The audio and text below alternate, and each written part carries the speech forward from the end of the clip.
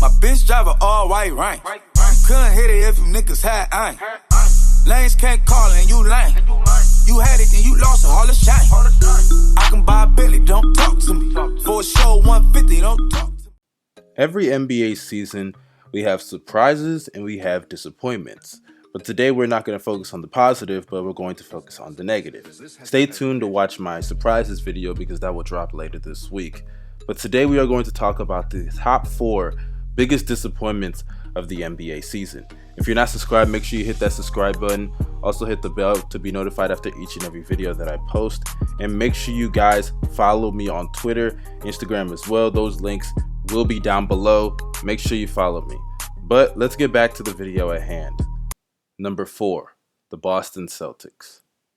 Now personally, when you look at the Celtics record and their teammates and a lot of the players' individual numbers, it's really not that bad. I mean, they are 43-27, they're 5th in the Eastern Conference, and I think among the 4 teams in the East that people realistically see coming out of the East, I definitely think the Celtics are one of those teams. But when you look at what they are now compared to what they should have been or what people predicted them to be, it's very disappointing. I'm just going to be quite frank with you, because this is a roster that a lot of people believed could actually even contend with the Golden State Warriors. And even though they've blown out the Warriors before, even this season, and Gordon Hayward went off, can we honestly trust Gordon Hayward to go off like that in the playoffs to even get to have a chance against the Golden State Warriors? Because sure, they do match up well with the Golden State Warriors when you look at their rosters, but when you look at how this team plays, it's clear that they may not even get out of the first round of the playoffs. I mean, sure, they would have to face Indiana today as we speak, but if Philly were to move down, or if other teams were to move down, or they even drop down, God forbid, let's be honest here, there's a chance they could lose. And even against the Pacers, I'm not 100% sure they're going to win that series. The Indiana Pacers, don't sleep on them. That's a topic for another discussion. The Boston Celtics, I believe the problem really is, for one, a lot of their players are pretty similar. Jaylen Brown is not the greatest shooter, so he kind of needs the ball in his hands to be effective. Sure, Jason Tatum can shoot, but he's not really much of a catch and shoot player or an off-ball player, or at least he hasn't developed into doing that yet. And Kyrie Irving, yes, he can play off ball, but the best way to utilize him is to have the ball in his hands as well. And Gordon Hayward, him being put into the starting lineup in the beginning and them trying to ingratiate him back into that offense, while he still needed to come back from that injury, in my personal opinion, I don't think he was in the right shape in the beginning of the year, and still to this day you could argue he's still not really in the best shape. That really ruined a lot of their chemistry. And 2, you also have other players that are trying to do different things. A lot of players have different goals on this roster, and when you look at the one person who's set, who knows what he's going to be doing next season, he's really the only one being really consistent, and that's Marcus Smart, because he's already gotten paid. You got Jason Tatum trying to show that he's more than just a flash in the pan. He's trying to prove his stardom. You got Kyrie Irving, who's on a contract year, trying to get paid after this year, and who really knows what he's going to do, and that dynamic has really messed up that locker room, or has affected it. You got Jaylen Brown, who's also trying to prove himself. You got Terry Rozier, who's trying to get a new contract. I mean, so many aspects and so many different elements to this team that's really hurting their chemistry. And quite honestly, the only reason the Celtics are lower on this list and they're not higher is because they do have a really solid record. They are 5th in the Eastern Conference, and they do have a shot to come out the playoffs. I do still give them a shot to come out of the Eastern Conference. I definitely think on any given night they can beat any team in the Eastern Conference, and they can do that in a 7-game series. I do trust that, and I do trust the coaching prowess of Brad Stevens. But in terms of expectations and what we've given this team, they've definitely been a disappointment. Number 3, Andrew Wiggins. Now personally, I expected at least Andrew Wiggins to be in his 20 points per game bag coming into this season, but it's been the complete opposite. Yes, sure, he is averaging 17 points, and I know so many people are going to harp on the fact that he's still producing, and I'm not going to spend too much time on Andrew Wiggins because I've made a whole video about this guy, but this is a player that coming into the NBA, we expected him to be a generational talent, or at least, let me say, the scouts expected him to be that, because they expected him to be the new LeBron, then they expected him to be the next Kobe, and then just because he got cornrows in his hair, They expected him to be the next Kawhi Leonard, even though he's never even shown a hint of great defensive prowess in the NBA. So I think it's just been quite sad how Andrew Wiggins' career has turned out, because even though, yeah, he has gotten his money, and quite honestly, that's really the only reason he's playing, but it's really sad because people give these expectations to these young players, and then when they don't live up to them, then we call them a bust. But if we just never gave them these expectations to begin with, that wouldn't be a problem. When you look at Andrew Wiggins, quite honestly, he should be a bench player. The only reason he's even playing, like I said before, is because he's getting paid that money, and you don't waste that kind of money on a bench player. And let's just be honest here, these numbers are horrible. 18 points and 5 rebounds, and actually it's even less than 5 rebounds. I'm doing him a favor by rounding it. 2 assists, but he's still averaging 2 turnovers, so it's really not that big of a deal. And the shooting splits, that's really the problem here. Andrew Wiggins from the field is the most inefficient that he has ever been. He's not even shooting 40% from the field as we speak. He's not shooting league average from 3. He's shooting 33%, 39% from the field, and from the free throw line, he's gotten worse. And sure, last year he did shoot a little bit worse from the free throw line, but over time in his career, it's gone down over the past 4 seasons, and quite frankly, I can't even understand it. I mean, his free throw percentage has been the same in his first 3 years, but last year he shot 64%, and this year he's shooting 69%. I don't know what's going on from the free throw line. I don't know what demons he's going through from that line, but he's got to conquer that, because that's just quite frankly ridiculous. And on the defensive side of the ball, I've already mentioned this, but he has been awful. And quite honestly, it's been even worse this season than it was last year. And honestly, I think it's about effort, because defensively, he has all the tools to play on that side of the ball. He's an athletic freak.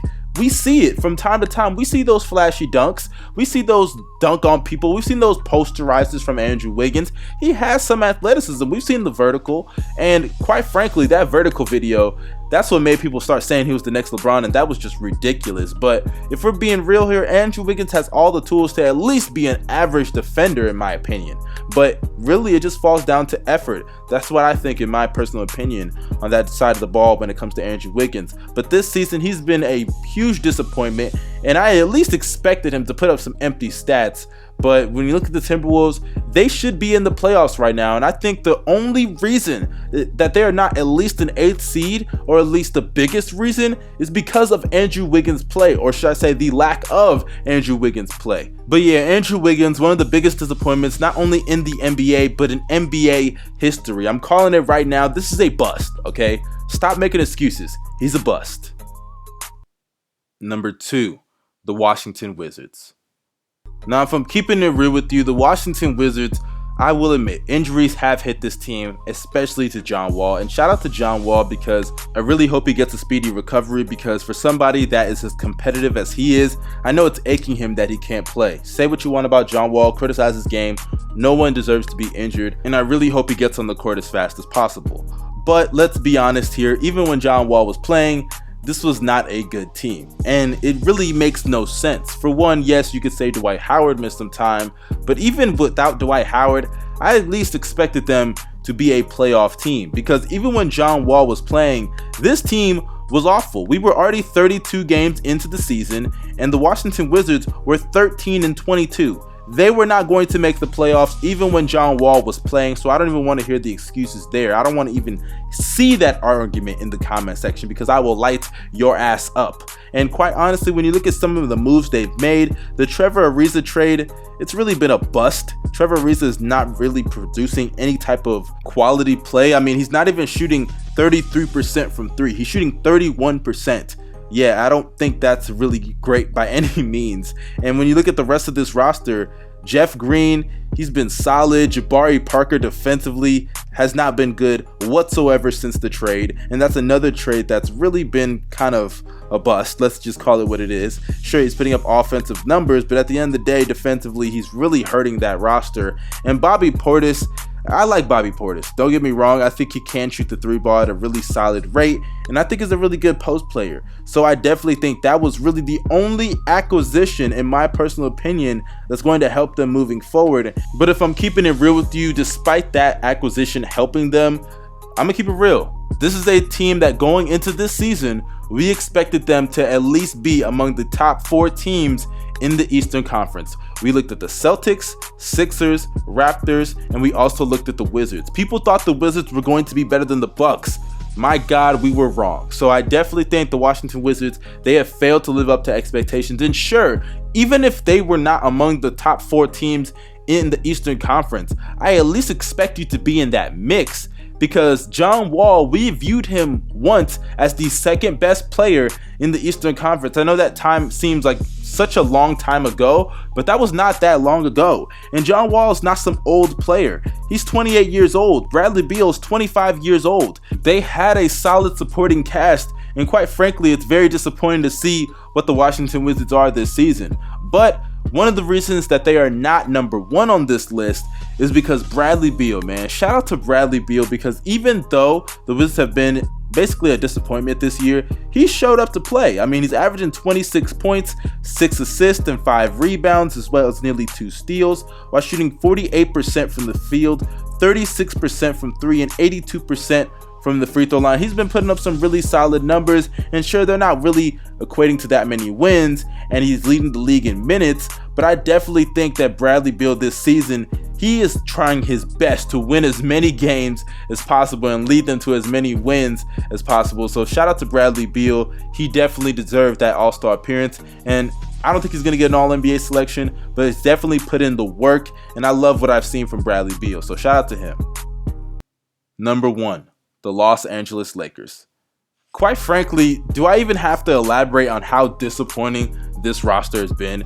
And sure, you could say they were hit with the injury bug, but quite frankly, this falls on LeBron James. The Los Angeles Lakers going into this season, people viewed them as the 3rd best team in the Western Conference. I'm sure we've all seen the clip by now of Stephen A. Smith going on every single radio station and every single show on ESPN saying that he believes the Los Angeles Lakers were going to be the 3rd best team in the Western Conference. And it wasn't just him that shared that opinion. Some people believed 4th seed, and other people even said 50 wins at least. 50 wins at least. Yeah, that's a joke right now. And honestly, I know a lot of people, like I said earlier, they're going to claim injury bug, injury to Lonzo, injury to LeBron, injury to Rondo, injury to Kuzma, injury to Ingram. I get it. A lot of players have suffered injuries on this team. But when LeBron James came back, I'm just going to keep it real with you. There were enough winnable games for them to win to keep themselves in the playoff hunt. Losses to Memphis, losses to Indiana without Victor Oladipo, 23-point losses to Philadelphia, losses to Atlanta, losses to the Pelicans without Anthony Davis, and then poor defensive efforts in a majority of those games, primarily, and if I'm keeping it real, only by LeBron James. And when you consider the fact that he himself has blame in this Anthony Davis saga that the Los Angeles Lakers were on that ruined this team's chemistry. I mean, when people are asking you about that and you sit there and say, oh, of course I would like to play with Anthony Davis. You're not deflecting the whole situation and saying, look, I'm not going to talk about that. I like the team that we got. And then you sitting here saying, this is what we have for the rest of the season, as if you at one point in time wanted to get rid of them. And I believe in my heart, he definitely proposed some of those trades, and he definitely sparked some rumors with that. He created a whole locker room of toxic shit. Let's just keep it real. LeBron created some toxic shit. And sure, you could say that a lot of these players should just get over it, but these are young players. These were players that were promised to be the future of the Los Angeles Lakers. And then a few months later, they're going to be in trade rumors? Of course their mood and their feelings are going to be dejected. Let's just keep it what it is. Sure, you could say it's unprofessional, but they're not at the stage of their career where they understand stuff like that. I mean, those are moments where you can shut it down and then your teammates can look at you and say, hey, maybe he does have our back. But no, LeBron fueled that trade rumor, and then to blame your teammates for not showing effort and not having a sense of urgency? That is ridiculous when you consider the fact that it's LeBron's fault that they were losing some of those games because of poor defensive effort. It's disrespectful to the game of basketball to see someone of the stature of LeBron James blaming teammates for stuff that he should be accountable for. It's ridiculous, and quite frankly, it's distasteful and disgraceful. LeBron, be better. But I will say this, even though they are the biggest disappointment of this season, shout out to LeBron for breaking MJ's record, because that was a huge accomplishment. But if you guys enjoyed this video, make sure you hit that like button. Also comment your opinions down below, and also subscribe if you're new to the channel, and hit the bell next to my name to be notified after each and every video that I post. Y'all have a great day. This is your boy Young Mustard signing out. Peace.